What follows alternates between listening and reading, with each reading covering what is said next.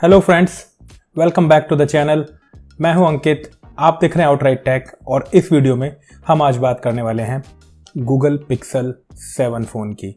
जी हाँ, मेरे पास है गूगल पिक्सल 7 जो कि अभी लास्ट वीक ही इंडिया में लॉन्च किया गया है। और जैसा कि आप जानते हैं या अगर मेरे चैनल पर हैं तो जानते होंगे कि पिक्सल फ़ोन्स मेरे को काफ़ी पसंद आते हैं हमेशा से ही। तो मैंने देर नहीं लगाई, गूगल पिक्सल 7 मैंने ऑर्डर कर दिया और आज मेरे पास ये है और इसको मैंने पिछले 3 दिन से लगातार यूज़ भी किया है। हम देखते हैं इस वीडियो में कि ये फ़ोन आपके लिए अच्छा ऑप्शन है लेने के लिए या नहीं, जो कि मार्केट हमारा आईफोन या फिर सैमसंग के फ़ोन से डोमिनेटेड रहता है। वहाँ पर क्या गूगल पिक्सल 7 एक थर्ड क्वालिटी फ़ोन का ऑप्शन बनकर हमारे लिए आता है या नहीं आता है। इस वीडियो में हमको ये सब जानने को मिलेगा।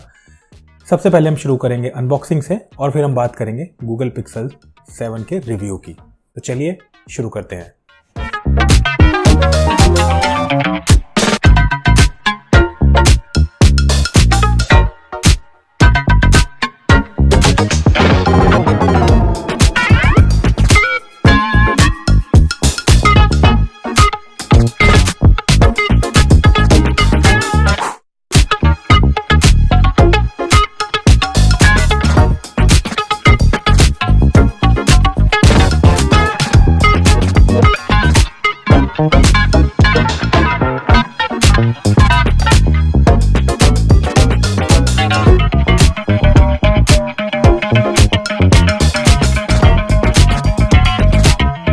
ओके जी, ये हो गई अनबॉक्सिंग एक्सपीरियंसेस आजकल फ़ोन्स के काफ़ी प्लेन और काफ़ी सिंपल हो गए हैं। ज़्यादा कुछ होता नहीं है, जस्ट एक फ़ोन होता है, एक केबल होती है USB-C to C and that's about it. Anyways, so सबसे पहले बात करूँगा इस फ़ोन के प्राइस और अवेलेबिलिटी के बारे में। सो गूगल पिक्सल 7 फ़ोन इंडिया में 60,000 रुपीज़ के प्राइस पॉइंट पर लॉन्च किया गया है, लेकिन स्टार्टिंग में इस पर हमें अप टू 10,000 का डिस्काउंट ऑफर किया जा रहा है। और जिस दिन ये फ़ोन लॉन्च हुआ था मैंने सेम उसी डे ऑर्डर किया था यूजिंग माय HDFC कार्ड, जिसमें मेरे को 10,000 का डिस्काउंट भी पड़ा था। और 128 GB वाला ये फ़ोन, जो कि सिर्फ एक यही वेरिएंट इंडिया में अवेलेबल है, मेरे को 50,000 में पड़ गया था। अवेलेबिलिटी कहाँ पर ये फ़ोन अवेलेबल है, तो ये फ़ोन फ्लिपकार्ट पर अवेलेबल है और कहीं अभी इंडिया में नहीं मिल रहा है। फ्लिपकार्ट के थ्रू ही आपको ऑफिशियली लेना पड़ेगा अगर लेने की सोचते हैं तो चलिए अब बात कर लेते हैं फ़ोन के ओवरऑल डिज़ाइन के बारे में। तो पिक्सल 7 और 7 Pro का डिज़ाइन अगेन पिक्सल 6 और 6 Pro से मिलता जुलता है। पीछे की तरफ हमको ये कैमरा बार देखने को मिल जाती है और पीछे ये मेटेलिक बैक हमको देखने को मिल जाती है, शाइनी मेटेलिक ब्लैक और मैट कैमरा बार है इस वाले फ़ोन में। और फिंगरप्रिंट की ऐसी कोई ज़्यादा बड़ी समस्या नहीं है, मेरे को अभी तक इसमें कोई फिंगरप्रिंट का इशू नहीं आ रहा है कि फिंगरप्रिंट मैग्नेट है, ऐसा नहीं है। फ्रंट की अगर बात करूँ तो चारों तरफ इवन बीजल्स हैं, लेकिन जो नीचे वाला साइड है चिन, यहाँ पर स्टिल थोड़ी सी बड़ी चिन है। और इस प्राइस पॉइंट पर जहाँ पे और कंपनीज हमको इवनली डिस्ट्रीब्यूटेड बीजल वाले फ़ोन दे रहे हैं, पिक्सल 7 में हमें अभी भी एक छोटी सी चिन देखने को मिलती है।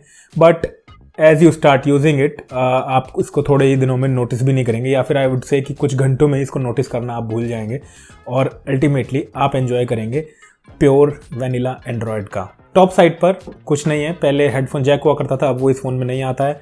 लेफ्ट साइड में हमको देखने को मिल जाती है इसकी सिम इजेक्टर टूल, जो कि सिंगल सिम है। सेकंड सिम इसमें हम ई सिम यूज़ कर सकते हैं।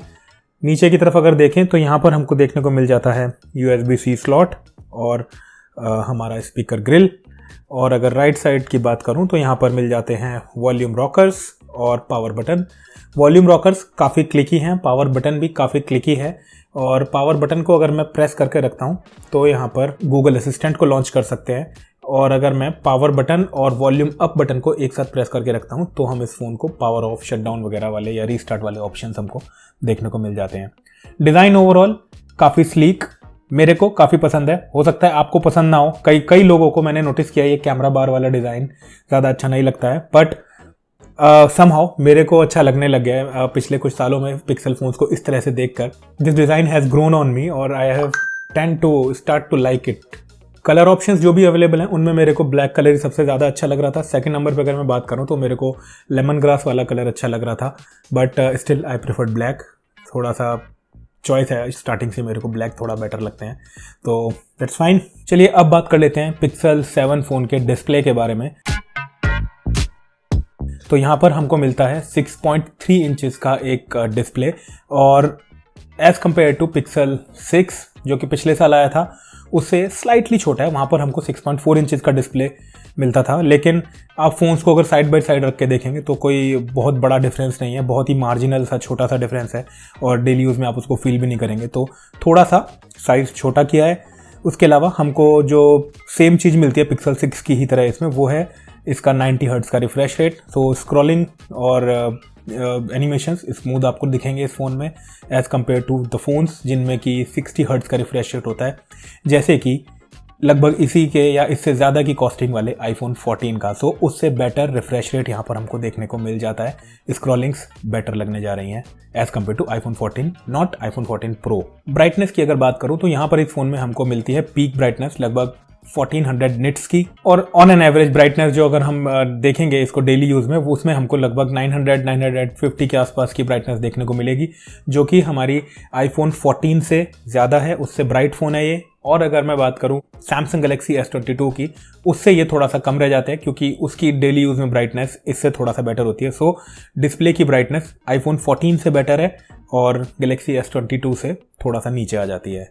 डिस्प्ले को अगर मैं अलग अलग कंडीशंस में, अलग अलग सर्कमस्टांसिस में देखता हूँ, जैसे कि मैं इसको लेके बाहर भी गया हूँ, मार्केट में घूमा हूँ, दिन में ब्राइट सनलाइट में मेरे को फ़ोन को देखने में कोई दिक्कत नहीं हुई, काफ़ी अच्छा डिस्प्ले मेरे को इसका लगा। और घर के अंदर कंटेंट एंजॉय करते हुए, मूवीज़ देखते हुए डिस्प्ले में किसी तरह की कोई शिकायत नहीं है। It is a decent enough bright display. और यहाँ पर हमको 109% से ज़्यादा का sRGB कलर स्पेक्ट्रम और 77% से ज़्यादा का DCI P3 गैमट देखने को मिलता है, जो कि कहीं कहीं सैमसंग के गैलेक्सी S22 के आसपास आ जाता है, और एक काफ़ी कलरफुल डिस्प्ले हम इसको मान सकते हैं। कलर एक्यूरेसी की अगर बात करें तो यहाँ पर हमको देखने को मिलता है 0.28 का डेल्टा ई स्कोर, जो कि सैमसंग के गैलेक्सी S22 फ़ोन के अंदर है 0.22 और आईफोन 14 के अंदर है 0.25। तो उन दोनों ही फ़ोन्स में कलर एक्यूरेसी इस फ़ोन के मुकाबले थोड़ी सी बेटर है। लेकिन डेली यूज़ में अगर आप जब तक के सब फ़ोन्स को बिल्कुल साइड बाय साइड रख कर नहीं देख रहे हैं, कंपेयर नहीं कर रहे हैं कलर एक्यूरेसी के पॉइंट ऑफ व्यू से, तब तक के लिए कोई बहुत बड़ी बात नहीं है, बहुत माइनर सा डिफरेंस बनता है। तो जी नेक्स्ट अब हम चलते हैं इसके कैमरास की तरफ, जो कि है इसका सबसे बड़ा सेलिंग पॉइंट पिक्सल फ़ोन का हमेशा से ही रहा है। कैमरा डिपार्टमेंट में ये बहुत ही शानदार, बहुत ही जानदार परफॉर्मेंस हमेशा से लेकर आया है। तो चलिए यहाँ पर अब हम बात करते हैं इसके कैमरास के बारे में। हमको यहाँ पर मिलता है 2 कैमरा सेटअप। बैक में 2 कैमरास दिए गए हैं, जिसमें 50 मेगापिक्सल्स का है प्राइमरी सेंसर और 12 मेगापिक्सल्स का है अल्ट्रा वाइड सेंसर। ये दोनों ही सेंसर सिमिलर हैं जो कि पिछले साल पिक्सल 6 फोन में आए थे। इस फोन के अंदर कोई डेडिकेटेड टेलीफोटो लेंस नहीं दिया गया है, लेकिन पिक्सल 7 प्रो के अंदर 3rd डेडिकेटेड टेलीफोटो लेंस मिल जाता है, और ये इन दोनों फोन्स के बीच का वन ऑफ द डिफरेंसेस है। पहला डिफरेंस मैं अभी बताना आपको भूल गया, रिफ्रेश रेट में। जैसे इसमें हमें 90 मिलता है, 7 प्रो में हमको मिलता है 120 हर्ट्ज का एडाप्टिव रिफ्रेश रेट। तो हालांकि कैमरा के लेंसेज या एपर्चर बिल्कुल सेम है एज कम्पेयर टू पिक्सल 6, लेकिन जो एक बड़ा डिफरेंस लेकर यहाँ पर चीज आती है वो है इसकी टेंसर चिप, नई वाली टेंसर G2 चिप, जिसकी कंप्यूटेशनल फोटोग्राफी की मदद से हमको यहाँ पर देखने को मिलता है अप टू 8 टाइम्स तक का सुपर रिजोल्यूशन डिजिटल जूम। तो फ्रंट कैमरा में हमें काफ़ी बड़ा चेंज इस बार देखने को मिलता है, क्योंकि यहाँ पर हमको प्रोवाइड किया गया है 10.8 मेगापिक्सल का सेंसर, जिसमें कि पिछले पिक्सल 6 के मुकाबले 92.8 डिग्रीज का फील्ड ऑफ व्यू मिलता है, जो कि उससे बेटर है। और पिक्सल 6 में हमको यहाँ पर 8 मेगापिक्सल सेल्फी कैमरा के साथ मिलता था 84 डिग्रीज का फील्ड ऑफ व्यू। तो डेफिनेटली यहाँ पर काफ़ी बेटर परफॉर्मेंस हमको देखने को मिलती है। सो वाइडर फील्ड ऑफ व्यू से हमें क्या बेनिफिट मिलता है, उसमें ये होता है कि हम अपने फ्रेम के अंदर ज़्यादा लोगों को एडजस्ट कर सकते हैं, कैप्चर कर सकते हैं। मैंने अभी तक पिछले 2-3 दिनों में जितने भी फोटोज़ या वीडियोज़ इस फ़ोन से लिए हैं, मेरे को काफ़ी अच्छे लग रहे हैं। क्वालिटी बहुत अच्छी आ रही है उनकी, कंपेरेबल टू आईफोन भी लग रहे हैं कुछ कुछ सिनेरियोज़ में। कहीं कहीं हालांकि आईफोन के बेटर हैं, कहीं कहीं इसके भी बेटर हैं। एक ऑब्जर्वेशन मेरी ये है कि अगर मैं इसमें कोई पोर्ट्रेट मोड की फ़ोटो लेता हूँ तो वो थोड़ी सी 1.5 आई थिंक जूम होकर आती है। हालांकि कैमरा में उसको जूम नहीं दिखाता है, वो it is still shows as 1x, but it is actually 1.5x when I capture that image. तो ये थोड़ा सा मेरे को अजीब सा लगा थोड़ा सा, बट फ़ोटो बहुत ही लाजवाब आती हैं। और वीडियोस की अगर मैं बात करूं तो पिछले साल जो आईफोन एक गजब का फीचर लेके आया था सिनेमैटिक वीडियोस का, वो सिनेमैटिक वीडियोस का ऑप्शन यहाँ पर हमको पिक्सल फोन्स में भी देखने को मिल जाएगा। अब सिनेमैटिक मोड मीन्स आप वीडियो जब शूट करेंगे तो सिनेमैटिक ब्लर उसमें देखने को मिलेगा और आपके ऊपर या आपके सब्जेक्ट के ऊपर जिसका आप वीडियो बना रहे हैं उस पर काफ़ी अच्छा फोकस रहेगा और बैकग्राउंड थोड़ा थोड़ा सा ब्लर हो जाएगा। हालांकि मेरे को पर्सनली ये आईफोन 14 प्रो के लेवल का नहीं लगा, but still it does the job. और ये फीचर का जो इंट्रोडक्शन हुआ इस फ़ोन में वो मेरे को काफ़ी अच्छा लगा। फ़ोटोज़ का, वीडियोज़ का और कैमरास का कैसा परफॉर्मेंस है डिफरेंट लाइटिंग कंडीशंस में, वो मैं आपको अपने फ्यूचर वीडियो में दिखाऊंगा जो कि डेडिकेटेडली कैमरा का रिव्यू होगा। उसमें हम इसके बारे में बहुत डिटेल में बात करेंगे, लेकिन इस वीडियो में अभी के लिए सिर्फ इतना कि कैमरा आउटस्टैंडिंग परफॉर्मेंस हमको दे रहा है, but as compared to iPhone या फिर दूसरे फ़ोन्स या फिर पिक्सल का पुराना 6 फ़ोन या 6A फ़ोन, उनके कंपैरिजन में ये कैमरा कैसा है वो आपको उस वीडियो में देखने को मिलेगा। So stay tuned for that, stay subscribe for that. Next हम बात करेंगे इसके प्रोसेसर के बारे में, जो कि है tensor chip, tensor G2 chip. उसमें क्या क्या हमको इंप्रूवमेंट्स देखने को मिलते हैं और उसकी वजह से क्या क्या एड ऑन फीचर्स पिक्सल 6 हमारे लिए लेकर आता है, तो चलिए उसके बारे में बात करते हैं। गूगल का टेंसर G2 चिपसेट जो है ये बहुत ही हैविली डिपेंड करता है अपनी मशीन लर्निंग पर और आर्टिफिशियल इंटेलिजेंस पर, और उसी की वजह से यूज़र्स के लिए, हमारे लिए कुछ ऐसे शानदार फीचर लेकर आता है जो कि बहुत सारे और फ्लैगशिप्स में अभी आज की डेट में हमको देखने को नहीं मिलते हैं। ऐसा ही एक शानदार फीचर जो हमको टेंसर चिप की मदद से देखने को मिलता है वो है फोटो अनब्लर का फीचर। बहुत बार ऐसा होता है कि हम कोई फोटो क्लिक कर रहे हैं और सब्जेक्ट मूव हो गया या फिर हमारे हैंड शेकी हो गए फोटो लेते हुए, तो फोटो थोड़ी सी ब्लर हो जाती है। ऐसी फोटोज़ को टेंसर G2 चिप की मदद से गूगल फोटोज़ ऐप के थ्रू हम अनब्लर कर सकते हैं और बहुत ही क्रिस्प हो जाती हैं वो फोटोज़, जैसे कि इस फोटो में आप देख सकते हैं। और सिर्फ इतना ही नहीं, ये फीचर आपको अवेलेबल है आपकी पुरानी फोटोज़ के लिए भी जो कि आपने गूगल फोटोज़ में अपलोड कर रखी हैं, चाहे वो आपने इस पिक्सल फ़ोन से ली हो या ना ली हो, चाहे आपने वो किसी और फ़ोन से ली हो और वो ब्लर्ड है, आपकी गूगल फोटोज़ में अपलोडेड है, तो उन सब फोटोज़ को आप एडिट करके अनब्लर कर सकते हैं यहाँ पर। ये बहुत ही कमाल का फीचर मेरे को लगा। इसके अलावा हम यूज़ कर सकते हैं मैजिक इरेजर टूल को, जो कि हमारी फ़ोटोज़ से अनवांटेड ऑब्जेक्ट्स या फिर अनवांटेड पीपल, अगर कोई फ़ोटो लेते हुए, कई बार होता है आप किसी पब्लिक प्लेस पर हैं और आपके साथ साथ आपकी फ़ोटो में कुछ और लोग भी आ गए हैं, तो आप उनको मैजिक इरेजर की मदद से हटा सकते हैं और आपको आपकी फ़ोटो में सिर्फ आप ही फोकस में दिखेंगे, जो कि देखने में आपको बहुत अच्छा लगेगा। बाकी अगर मैं चिपसेट के स्पेक्स की बात करूं तो ये पिछले टेंसर चिपसेट से बहुत बेटर है, लेकिन जो और फ्लैगशिप फ़ोन्स में आता है जैसे कि स्नैपड्रैगन 8 Gen 1 चिपसेट, उसके कंपैरिजन में ये अभी भी थोड़ा सा पीछे रह जाता है। गैप थोड़ा कम हुआ है as compared to last year, but उस लेवल की परफॉर्मेंस इस चिपसेट से हमें नहीं मिल रही है, डिस्पाइट दैट कि हमारे पास गूगल के कुछ स्पेसिफिक फीचर्स आ रहे हैं इस चिपसेट की मदद से जो कि उसमें नहीं मिलते हैं स्नैपड्रैगन में।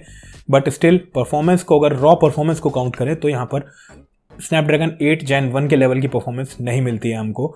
और एक ध्यान रखने वाली बात ये बन जाती है कि अब आने वाले कुछ महीनों में हमारे पास स्नैपड्रैगन 8 Generation 2 का प्रोसेसर भी आने वाला है और उसके आने के बाद ये जो गैप है परफॉर्मेंस का, ये और ज़्यादा बढ़ जाएगा यहाँ पर। बट स्टिल यहाँ पर इंप्रूवमेंट देखने को मिल रहा है और अगली जनरेशन्स में टेंसर G3, G4 में ये गैप धीरे धीरे कम होगा और मुझे उम्मीद है कि ये एक फ्लैगशिप लेवल का प्रोसेसर बन जाएगा जो कि आने वाले टाइम में कॉम्पीट कर सकेगा स्नैपड्रैगन के फ्लैगशिप प्रोसेसर से या फिर एप्पल के प्रोसेसर से।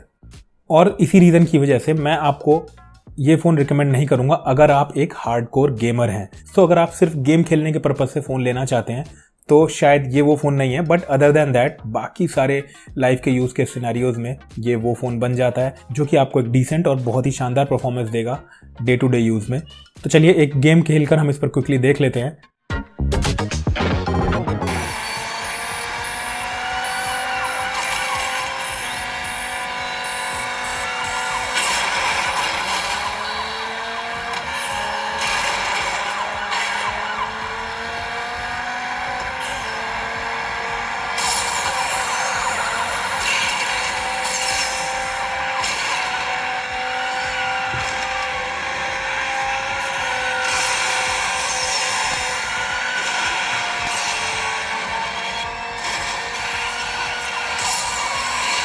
तो गेम खेलने में ऐसी कोई दिक्कत मेरे को नहीं हुई, फ्रेम ड्रॉप्स भी कोई ऐसे मेरे को देखने को नहीं मिले, but still because of lack of raw power in the CPU as compared to other processors जो कि गेमिंग फोन्स में आते हैं, टॉप एंड प्रोसेसर्स, मैं रिकमेंड नहीं करूंगा। अगर आप सिर्फ गेमिंग के पॉइंट ऑफ व्यू से फ़ोन ले रहे हैं तो ये वो फ़ोन नहीं है।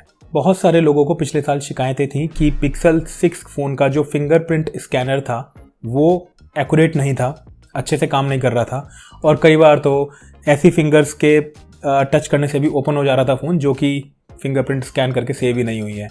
तो यहाँ पर डेफिनेटली एक इम्प्रूवमेंट देखने को मिलता है। अब मेरे को इस फ़ोन में उस तरह की कोई दिक्कत नज़र नहीं आ रही है, काफ़ी एक्यूरेटली फिंगरप्रिंट सेंसर काम भी कर रहा है। और मैंने कुछ एक लोगों से उनके फिंगरप्रिंट लेकर ट्राई किया था तो फ़ोन उनसे अनलॉक भी नहीं हो रहा है। इतना ही नहीं, इस फ़ोन में हमको दे दिया गया है फेस अनलॉक। हालांकि ये फेस अनलॉक एप्पल के फेस आईडी जैसा सिक्योर नहीं है, बट स्टिल अब आप फेस से भी इसको अनलॉक कर सकते हैं, जो कि पिक्सल 6 में नहीं हो सकता था।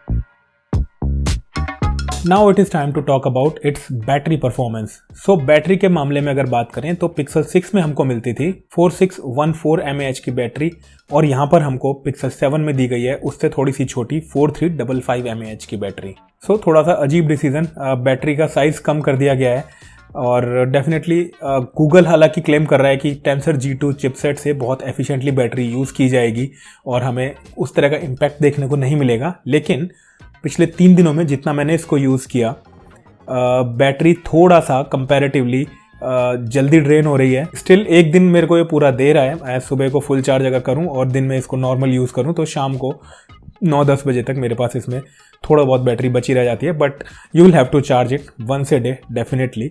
लेकिन अगर मैं इसको अपने iPhone 14 Pro से कंपेयर करूं, हालांकि कंपेयर करना इतना उचित नहीं है क्योंकि इन दोनों के फ़ोन्स के प्राइस में काफ़ी ज़्यादा डिफरेंस है, बट स्टिल वो इससे मार्जिनली नहीं काफ़ी ज़्यादा बेटर बैटरी परफॉर्मेंस हमको प्रोवाइड कराता है। हाँ, अगर मैं इसका 90 हर्ट्ज़ का रिफ्रेश रेट ऑफ करके नॉर्मल 60 हर्ट्ज़ पे यूज़ करूँ तो मेरे को थोड़ा सा बेटर बैटरी लाइफ देखने को मिल जाती है, बट फिर फ़ोन यूज़ करने में मज़ा नहीं आता है क्योंकि 90 हर्ट्ज़ का रिफ्रेश रेट अगर आपने एक बार यूज़ कर लिया तो आप वापस 60 हर्ट्ज़ पे जाएंगे तो आपको वो स्मूथनेस देखने को नहीं मिलेगी और आपका मन बार बार करेगा कि यार 90 हर्ट्ज़ पे ही मेरे को फ़ोन यूज़ करना है, कोई बात नहीं, बैटरी थोड़ा सा जल्दी चार्ज करना पड़ेगा phone, that's fine, I can bear with that.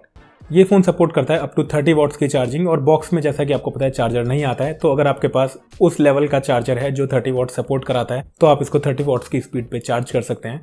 और उसके अलावा आप इसको किसी भी ची चार्जर से वायरलेसली भी चार्ज कर सकते हैं। मैं नॉर्मली ची चार्जर ही यूज़ करता हूँ अपने iPhone 14 के लिए भी और अपने दूसरे फ़ोन्स के लिए भी, तो मैं उसी चार्जर पर अपना फ़ोन रखता हूँ और उसी से चार्ज करता हूँ, तो उसमें कोई प्रॉब्लम नहीं है। और इसमें हमें बैटरी शेयर का ऑप्शन देखने को मिल जाता है, यानी कि अगर हम बैटरी शेयर ऑन कर देते हैं और इसकी बैक साइड पर हम और ऐसे डिवाइसेस को रखकर चार्ज कर सकते हैं। अगर बात करें सॉफ्टवेयर और एंड्रॉयड एक्सपीरियंस की तो यहाँ पर हमको मिलता है एकदम vanilla pure Android experience, Google का खुद का एंड्रॉयड, जो कि मेरे को पर्सनली किसी भी और एंड्रॉयड फ़ोन से बेटर लगता है। और सबसे बड़ी खास बात, जैसे ही कोई नया एंड्रॉयड वर्जन आता है तो फर्स्ट डे इसमें अपडेट आ जाता है, और बाकी सारे फ़ोन्स चाहे वो सैमसंग का गैलेक्सी S22 अल्ट्रा ही क्यों ना हो, उसको उन अपडेट्स को लेकर आने में थोड़ा सा टाइम लगता है। कई बार वो 6 महीने भी हो जाता है, कई बार वो साल भी हो जाता है। यहाँ पर आपको इमीडिएटली मिल जाएगा। गूगल ने प्रॉमिस किया है अप टू 3 इयर्स तक के सॉफ्टवेयर अपडेट्स देने का, ये थोड़ा सा मेरे को कम लग रहा है एज़ कम्पेयर टू आईफोन या फिर सैमसंग के फ़ोन्स, ये थोड़ा ज़्यादा होना चाहिए था। और गूगल ने हमें प्रॉमिस किया है अप टू 4 इयर्स तक के सिक्योरिटी अपडेट्स देने का, ये भी आई थिंक एटलीस्ट 5 इयर्स तो होना चाहिए था। एटलीस्ट एक बार आपने फ़ोन लिया, इतना पैसा इसमें लगाया किसी भी फ़ोन में 50,000, 60,000, 80,000, तो हर कोई एक्सपेक्ट करता है कि फ़ोन थोड़ा सा लंबे टाइम तक अगर इसे यूज़ करना है तो उसके हिसाब से बेटर रहता है अगर ज़्यादा ईयर्स तक के लिए हमको सॉफ्टवेयर सपोर्ट देखने को मिलती है। उसके अलावा एंड्रॉयड के फीचर्स, स्टॉक एंड्रॉयड के फीचर्स, अगर आप ये वीडियो देख रहे हैं तो डेफिनेटली आई एज्यूम कि आप समझते होंगे कि प्लेन और वनीला एंड्रॉयड का एक्सपीरियंस कैसा होता है, कोई इसमें ब्लोटवेयर नहीं होता। गूगल के जो स्पेशल फीचर्स हैं या फीचर ड्रॉप्स जो गूगल लेकर आता रहता है बीच बीच में, वो हमें इसमें इमीडिएटली देखने को मिलते हैं और उनकी वजह से ही ये एक प्रेफर्ड चॉइस बन जाता है। अगर आपके कोई इसके ऑपरेटिंग सिस्टम से रिलेटेड क्वेश्चन हो तो आप कमेंट्स में लिख के मेरे से पूछ लीजिए, मैं आंसर कर दूंगा। या फिर अगर कोई स्पेसिफिक वीडियो आप चाहते हैं मैं बनाऊं ऑपरेटिंग सिस्टम को लेकर पिक्सल फ़ोन के, तो वो भी आप मुझे बता सकते हैं। I will try to make that video as well. इसके अलावा गूगल ने एक और जो नया फीचर लॉन्च किया है वो है गूगल का 1 VPN, और गूगल पिक्सल 7 फ़ोन्स के जो ओनर्स होंगे 7 या 7 Pro, उनको अप टू 5 इयर्स तक इस 1 VPN की फ्री एक्सेस मिलेगी, जिसको अगर आप अनेबल करते हैं तो आप इंटरनेट पर जो कंटेंट ब्राउज़ कर रहे हैं या जो भी आप साइट्स विजिट कर रहे हैं या फिर आप जो भी ब्राउजिंग कर रहे हैं, वो डेटा आपका प्राइवेट रहेगा, वो एनक्रिप्ट हो जाएगा और उसको कोई और बीच में से पता नहीं लगा पाएगा कि ये किस आईपी से आ रहा है, कौन इसको एक्सेस कर रहा है इस डेटा को, या कौन इन साइट्स को विजिट कर रहा है। तो ये मेरे को एक अच्छी बात लगी। फाइनली मैं वर्डिक्ट की बात करूं तो किन लोगों को ये फ़ोन लेना चाहिए, तो डेफिनेटली जो फर्स्ट थिंग मेरे माइंड में आएगी वो ये होगी कि जिन लोगों को बेहद ही शानदार कैमरा परफॉर्मेंस चाहिए उनके लिए ये फ़ोन गज़ब का फ़ोन बन जाएगा। और जैसे कि मैं आईफोन 14 प्रो भी यूज़ कर रहा हूँ, साथ में मैंने इसको भी यूज़ किया है पिछले कुछ दिनों में, तो मैंने ये नोटिस किया है कि आईफोन 14 प्रो से कंपेरेबल फ़ोटोज़ ये ले रहा है, कहीं कहीं काफ़ी टक्कर दे रहा है उस तरह की फ़ोटोज़ को ये। और वीडियोज़ के मामले में ज़रूर आईफोन 14 प्रो से थोड़ा सा पीछे रह जाता है, बट ओवरऑल एक बेहद ही डिसेंट और बेहद ही शानदार हमको इसमें परफॉर्मेंस देखने को मिलती है। और जो दूसरा रीज़न मेरे को समझ में आता है ये फ़ोन हमको लेना चाहिए, क्योंकि इसका डिस्प्ले बेहद ही शानदार है। यहाँ पर हमको काफ़ी कलरफुल, काफ़ी ब्राइट डिस्प्ले देखने को मिलता है। और अगर प्राइस सेगमेंट की बात करूँ तो अपना जो इस फ़ोन का जो प्राइस सेगमेंट है, उस प्राइस सेगमेंट के अंदर ये एक one of the best option बन जाता है अगर मैं डिस्प्ले और कैमरास की बात करूं तो। लास्टली मैं आपको ये ज़रूर बोलना चाहूँगा, अगर आपको मोटिव सिर्फ और सिर्फ कैमरा फ़ोन लेने का है, एक बेहतरीन कैमरा परफॉर्मेंस चाहते हैं, तो आप इसमें सोच सकते हैं। अगर आप लगभग 25,000 रुपये और स्पेंड करते हैं, यानी कि 85,000 के आसपास के प्राइस ब्रैकेट में जाते हैं, तो आप पिक्सल 7 प्रो भी ले सकते हैं। वहाँ पर हमको एक थर्ड लेंस देखने को मिल जाता है जो कि टेलीफोटो लेंस है, और उस टेलीफोटो लेंस की मदद से हमको काफ़ी अच्छे जूम शॉट्स देखने को मिलते हैं और काफ़ी अच्छे मैक्रो शॉट्स देखने को मिलते हैं। अदर देन दैट, जो मैंने आपको पहले बताया, 120 हर्ट्ज का रिफ्रेश रेट भी देखने को मिलता है उसमें हमें। अदरवाइज मेरे को पर्सनली ऐसा फील हुआ कि शायद 25,000 इन एडिशनल फीचर्स के हिसाब से जस्टिफिएबल समहाउ नहीं है। और वैसे भी मेरे पास एक आईफोन 14 प्रो ऑलरेडी है, तो मैंने उसको 25,000 रुपीज़ एक्स्ट्रा वहाँ पर यूज़ करना ठीक नहीं समझा। बट अगर आपके पास वो स्पेंडिंग पावर है और आप चाहते हैं कि एक बेहतरीन ऑलराउंडर कैमरा परफॉर्मेंस वाला फ़ोन लेना चाहते हैं, तो you can also think of pixel 7 pro.